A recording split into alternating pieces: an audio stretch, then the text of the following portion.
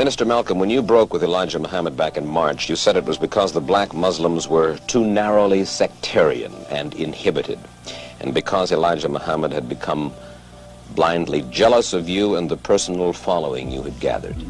I said the first part, but the last part, I didn't say that Elijah Mohamed himself had become blindly jealous. I mentioned that it was his family and the officials in Chicago. Everything that I said always was designed to protect Mr. Mohamed himself, primarily because the image that he had created was the image that enabled his followers to remain strong in faith and things of that sort, and I didn't want to see any adverse effect or negative result develop in the faith of all of his followers.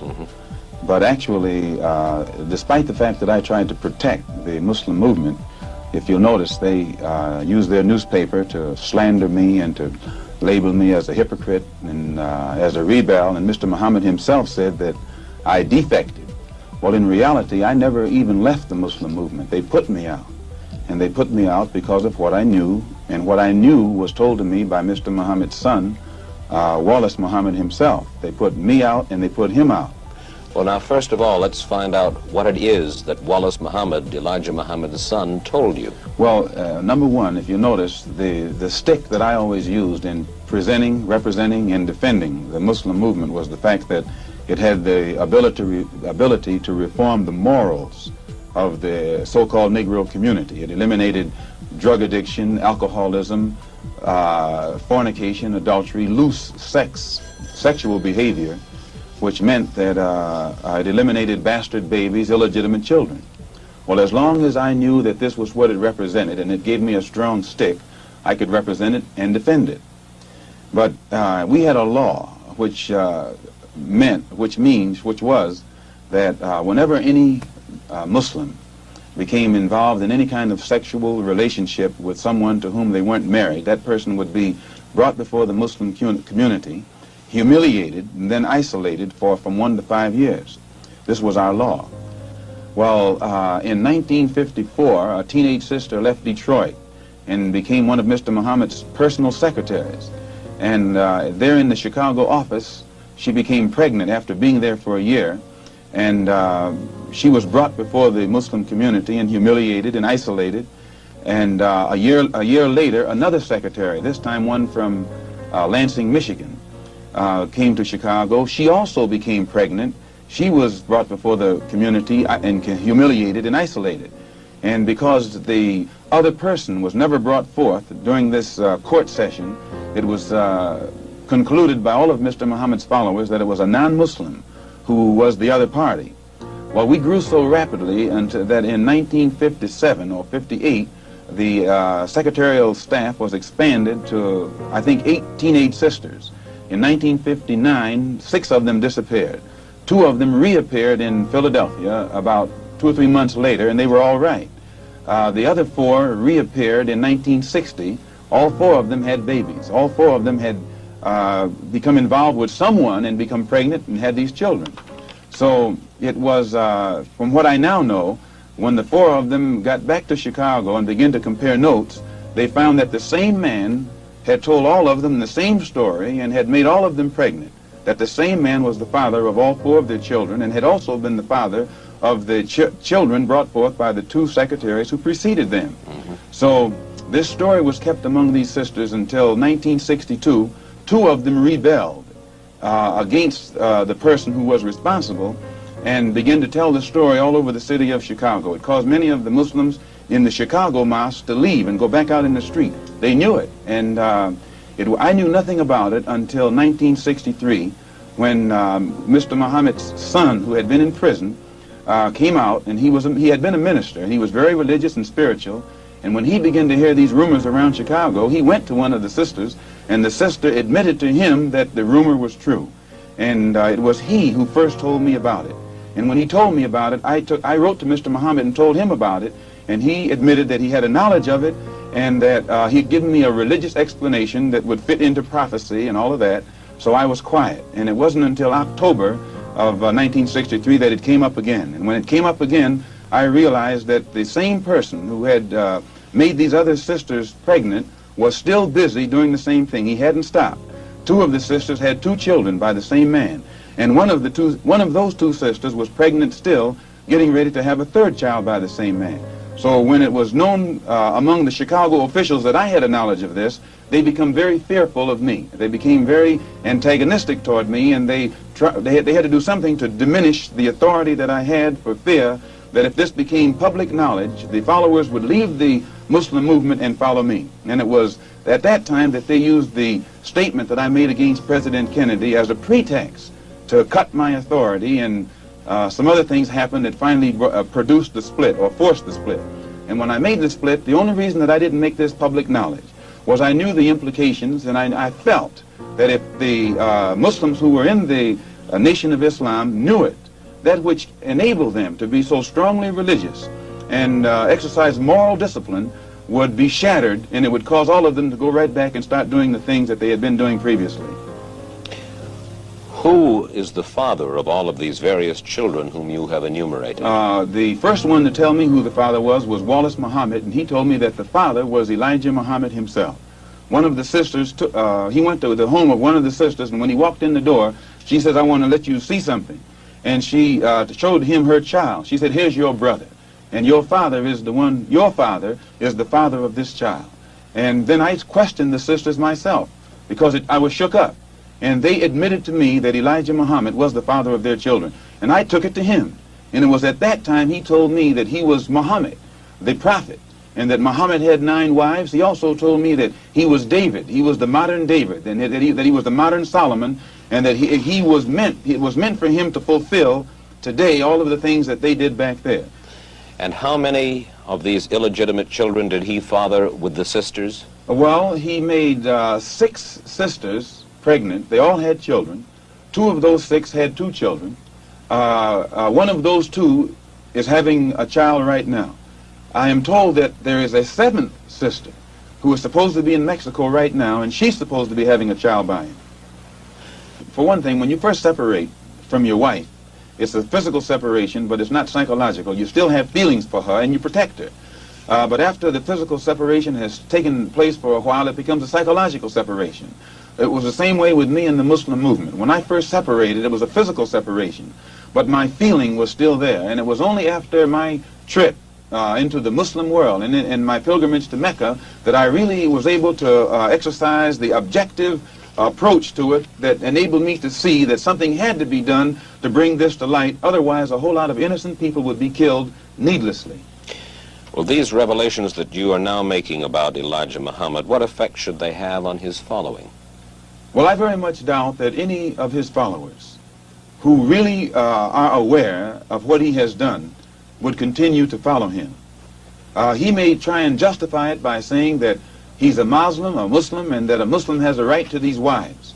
If this were the case, these sisters should not have been humiliated.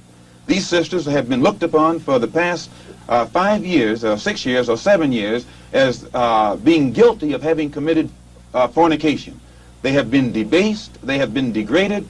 I have heard him himself refer to them as having disgraced him. So if they were his wives, he should have given them a position of respect so that all of his followers would respect them, and that they would have the protection of his followers today. Well, do you feel that you then perhaps now should take over the leadership of the black Muslims? No, I have no desire to take over the leadership of the black Muslims, and I have never had that desire.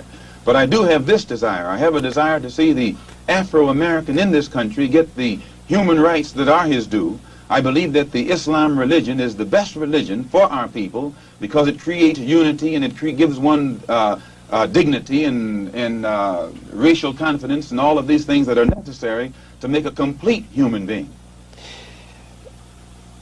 Are you not perhaps afraid of what might happen to you as a result of making these revelations? Oh yes, I probably am a dead man already. Oh yes, I probably am a dead man already. What do you mean? Well, when you understand the makeup of the Muslim movement and the psychology of the Muslim movement, as long as if I myself, by having confidence in the leader of the Muslim movement, if someone came to me and I had no knowledge whatsoever of what had taken place, and they told me what I'm saying, I would kill them myself.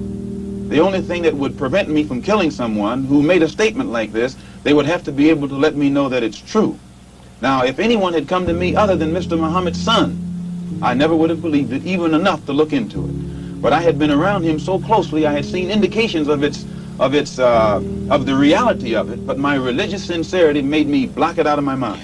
Have you received threats on your life? Oh, yes. I first received threats on my life in December.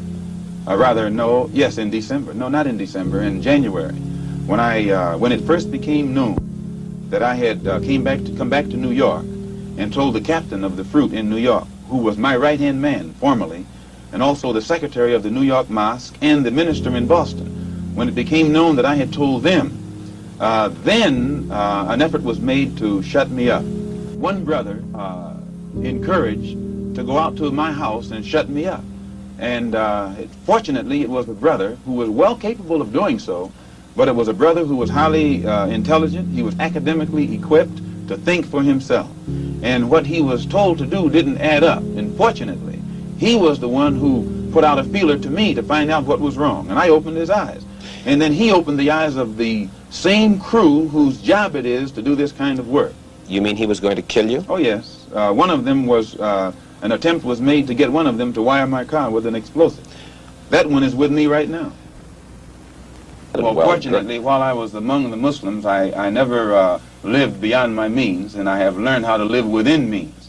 And I still have the clothes that that was provided for me at that time. I'm in the house that was provided for me, although we're in a court battle, they're trying to get it back. And I have made this statement to them concerning the house, that they could have it.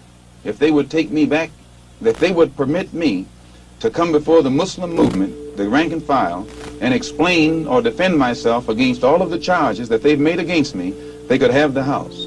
But they are going contrary to their own laws by standing up in the mosque and indicting me, but never giving me a chance to defend myself. And they say that no one can judge me but Mr. Muhammad. In this case, Mr. Muhammad can't sit as judge because he's involved in the case.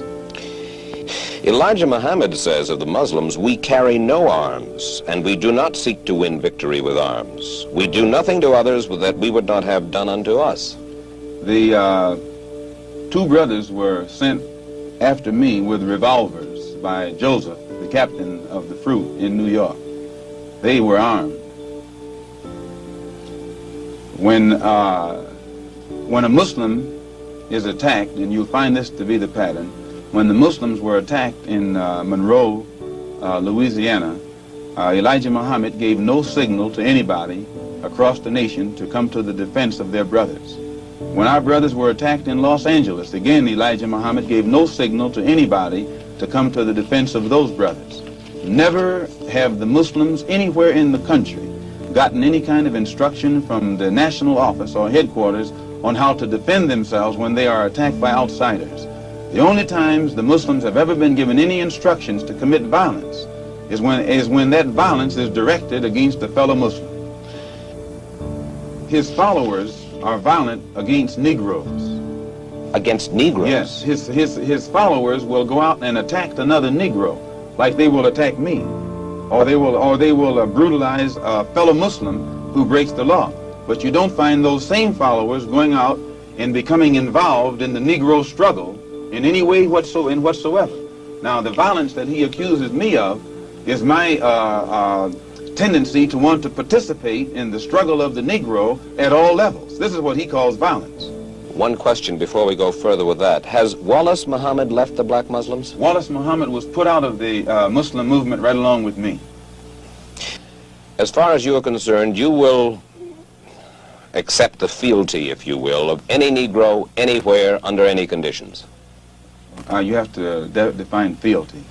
Well, you want them to give you their loyalty. Not me, their loyalty. I'm not seeking for the loyalty of any Negro, but I am seeking that for Negroes to learn how to be loyal to themselves. And when the Negro learns how to be loyal to himself, our problem is pretty well solved. Minister Malcom, you have suggested that there are all kinds of movements in Harlem growing that you and I don't know about? Oh, yes. Frustration itself has been sufficient, all that was necessary to make Negroes realize the importance of banding together. and Negroes are banding together. Banding together in what kind of movements? Different kinds of movements, all kinds of movements, and they remain almost invisible. They remain almost unknown, but yet they are there. When I say invisible, I mean invisible in the sense that their existence is unknown, and no matter how much you try and track them down, you can't find them. And never try and find them through the Negro leaders. The Negro leaders are famous as apologists. If you recall, one of the most famous Negro leaders in 1959 was asked by you about the black Muslim movement. And he said he knew nothing about it. And the next moment you flashed a picture on the screen with him shaking hands with me. So if you will recall. So this is their policy. This is their attitude or their reaction. They never know what's going on in the Negro community. And what form will the activities of these various so-called invisible movements take in Harlem this summer? An example, Commissioner Murphy. Almost every statement that Commissioner Murphy makes would give you the impression that he's encouraging the police, rank-and-file policemen, that to take whatever method or measures necessary to hold the Negroes in check. He feeds the type of statistics to the white public to make them think that Harlem is a complete criminal area, that everyone is prone toward violence.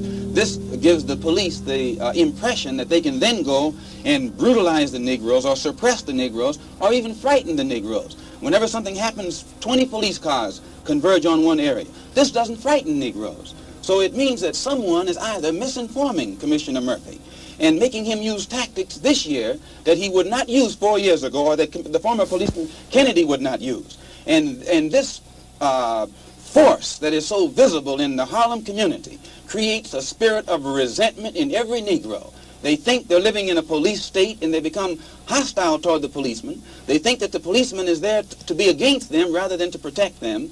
And these thoughts, these frustrations, these apprehensions automatically are sufficient to make these Negroes begin to form means and ways to protect themselves in case the police themselves get too far out of line. You have called for self-defense units, rifle clubs, yes, ready to execute on the spot those who threaten Negroes. I don't think that I said that. Yes, you did. No, I don't think I said that. All right. I have called for rifle clubs, that I think Negroes should, in areas where the police, whether it be federal, state, or city, have proven their inability or their unwillingness to defend Negroes, the lives and the property of Negroes, then it's only intelligent and it's only right that Negroes protect themselves, and I have encouraged them to buy a rifle and a shotgun, which according to the Constitution is legal. For what purpose? Not buy a pistol or something like that, but a rifle or a shotgun, which is constitutionally legal. For what purpose? So that at any time, anyone makes any effort whatsoever to brutalize them or attack them or endanger them, they should have something to defend themselves. And in a country that spends, I think, $50 billion a year for defense alone, I'm shocked that there's apprehension over Negroes trying to do something to defend themselves. Well, who will determine when the Negro is endangered? I think that if the government is concerned, instead of being so worried about what the Negro is going to do, the government should stop dragging its feet and take the initiative necessary to eliminate the injustices that frustrate Negroes and drive them into a method of defense such as this. You've said, Minister Malcom, you have to expect the Negroes to rise up sooner or later. Oh, yes. What does that mean? Well, just the same thing that it meant in South Vietnam and these other places where you find oppressed people. Sooner or later, they rise up against the oppressor. When the Jews were being brutalized in Poland, there came a time when they couldn't take it anymore, and they fought back. They didn't have too much to fight with, but they fought back. And I think every oppressed people, no matter how meek and humble they are, after you drive them so far, they're going to strike back. Well, does that mean that you expect to organize battalions or paramilitary units in various Negro ghettos around the country and establish this coming summer for violent action? No, but I think that most Afro-Americans, so-called Negroes, have reached the point of no return and are taking it upon themselves to be prepared if the necessity ever arrives where they will have to do something to defend themselves. Well, there was talk a month ago, you remember, of a group in Harlem called the Blood Brothers, who left the black Muslims when you did, and then later parted company with you we are told, because the tactics that you espoused were too mild. What do you know of them, the Blood Brothers? Well, I certainly wouldn't apologize for them. I think that the approach, if such a group as Blood Brothers exists... Does it? I say, well, I think all Negroes are blood brothers. Every Negro I know is my blood brother. Oh, but Minister Malcolm, we're talking about a group said to number up to 400, probably more, who confess themselves to be anti-white as you are. They disbelieve in nonviolence as you do. One group among them is said to believe in violence, even in murder, almost for violence sake. Another group among them are said to believe in violence only for retribution, to strike back. Well, if such a group as the Blood Brothers exists, it doesn't shock me. I would only be shocked at white people being shocked, because the conditions that prevail, Mike Wallace, are such that it's a miracle that such group hasn't formed a long time ago. But do they exist to your knowledge? I think every Negro in Harlem is a blood brother, whether he admits it or not. Where you find dissatisfied Negroes, that's Harlem. And whereas 20 years ago, when you'd have a little race riot, it was confined to a community. Today, Mike, if you have any kind of racial explosion, it will engulf the entire city, and it will have a chain reaction effect of spreading from city to city and on an international scale from country to country. And I, for one, would not like to see it happen, but I am a realist enough and I'm man enough to face the fact that the potential ingredients for this explosion exist, and I will never try and make the public think that it doesn't exist. Well, when you walk through the streets of Harlem, you hear this comment and that comment, and you get the impression that everybody is ready. They have arms? I think Harlem has always been armed.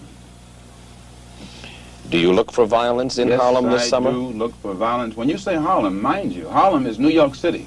Queens is Harlem. Brooklyn is Harlem. The Bronx is Harlem. Westchester is Harlem. I mean, could you not become the leader of this kind of a group? Which kind of a group? A violent group. It's not a case of becoming a leader of a violent group. I don't think any group, even that's ready, wants violence. It's a case of... Is this not, Minister Malcolm, a call to action of sorts that you are raising here and now? I don't have to raise a call to action. And this is what I'm trying to make white people see. They have lost their ability to be objective where the race problem is concerned, primarily because they know that no real meaningful results have come from the Negro struggle. And in defense of this, they always call it or label it violence. You really believe that any meaningful result is going to come from violence? It's not a case of violence. I think that, see, if you could get away from looking at it as violence, then you would be objective and see that actually all it is a tendency to react to what they are confronting. White people don't realize how frustrated Negroes have become. I think they have come to understand the Negro's frustration, but they are also of the opinion that no good can possibly come from violence. If they are of that opinion, Mike, if you think that the powder keg that's in your house is going to explode under certain conditions, either you have to remove the powder keg or remove the conditions. You can't stand there and label the powder keg as an enemy when you have the ability or have it within your power to change the condition, and it won't explode. Do you know of any contingency plan for action? No. I know of none. But I don't think if you go and study the history of oppressed people, usually their initial action is not a plan. Usually it's a reaction, and it's on the part of a few, and then everybody gets right on in with it. And I think you'll find that if Negroes ever have to resort to any kind of physical action to defend themselves, many white people will be on the side of Negroes. Many white people are fed up with what the Negroes suffered.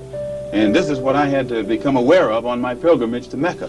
I could see then that there are many white people in this country who will side with the Negro in whatever he has to do to protect himself. You have changed your attitude about the white man in the United States to some extent. Well, I've broadened my scope. Travel broadens your scope.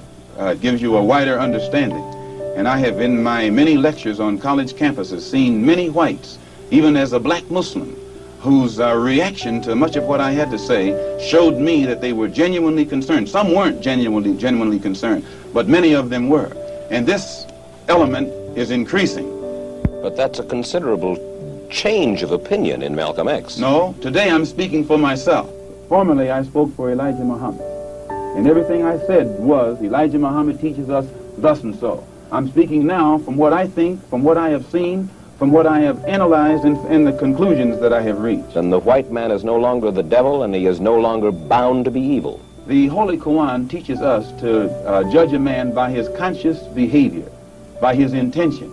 And my reason for going to Mecca was to get a better understanding of the religion of Islam and what the Quran teaches.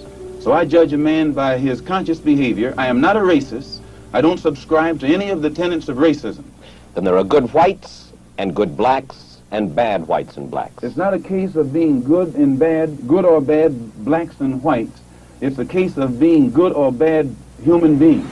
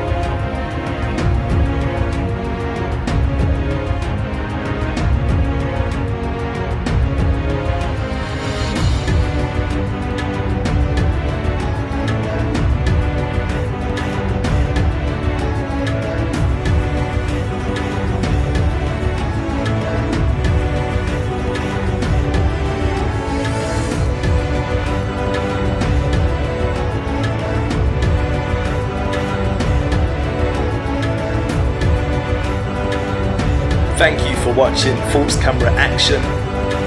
Before you go anywhere, don't forget to click subscribe.